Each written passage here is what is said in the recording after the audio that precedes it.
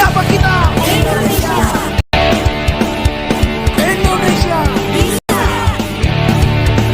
Indonesia. Jaya.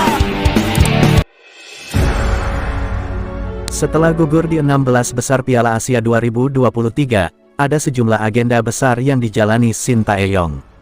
Pada 21 dan tanggal 26 Maret tahun 2024, Timnas Indonesia akan menghadapi Vietnam di lanjutan matchday ketiga dan keempat Grup F kualifikasi Piala Dunia 2026 Zona Asia. Sebanyak 11 pemain Timnas Indonesia senior dipanggil Shin Tae-yong ke Piala Asia U23 tahun 2024. Jika Shin Tae-yong diizinkan memanggil seluruh pemain terbaiknya, peluang Timnas Indonesia U23 lolos ke fase gugur Piala Asia U23 2024 terbuka lebar. Jika memenangkan dua laga itu, peluang Timnas Indonesia lolos ke babak ketiga kualifikasi Piala Dunia 2026 Zona Asia terbuka lebar. Peluang Timnas Indonesia meraih double kemenangan atas Vietnam cukup besar, mengingat pada Maret tahun 2024 skuad Garuda akan diperkuat Jay Izes, Nathan Chu hingga Tom Haye serta Ragnar Oratmangun.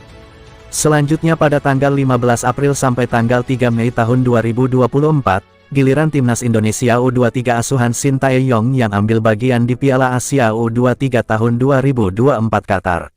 Di ajang ini, Timnas Indonesia U23 tergabung di grup A bersama tuan rumah Qatar U23, Yordania U23 dan Australia U23. Selintas, grup ini masuk kategori grup neraka. Namun, peluang Timnas Indonesia lolos ke fase gugur atau perempat final Piala Asia U23 tahun 2024 sangat terbuka jika Shin Tae-yong dapat memanggil seluruh pemain terbaiknya. Dari 26 pemain Timnas Indonesia senior yang dibawa Shin Tae-yong ke Piala Asia 2023, 11 diantaranya dapat disertakan ke Piala Asia U23 tahun 2024. Mereka dapat dibawa karena secara usia masih di bawah 23 tahun.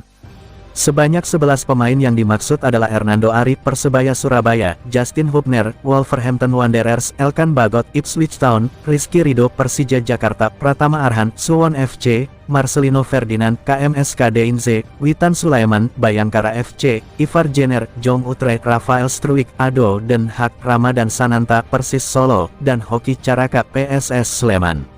Memang butuh usaha untuk mendatangkan pemain-pemain di atas, khususnya yang mentas di luar negeri.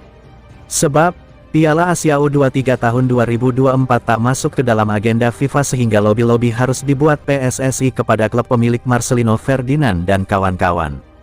Kehadiran nama-nama di atas dibutuhkan Shin Tae-yong untuk merealisasikan target yang dibebankan PSSI, yakni lolos ke fase gugur Piala Asia U23 tahun 2024. Menurut Ketua Umum PSSI, Erick Thohir, Shin Tae-yong hampir pasti mendapatkan perpanjangan kontrak jika sanggup membawa Timnas Indonesia U23 lolos ke gugur Piala Asia U23 tahun 2024. Namun, jika lolos ke fase gugur, agak tanggung jika tidak membidik hasil yang lebih besar.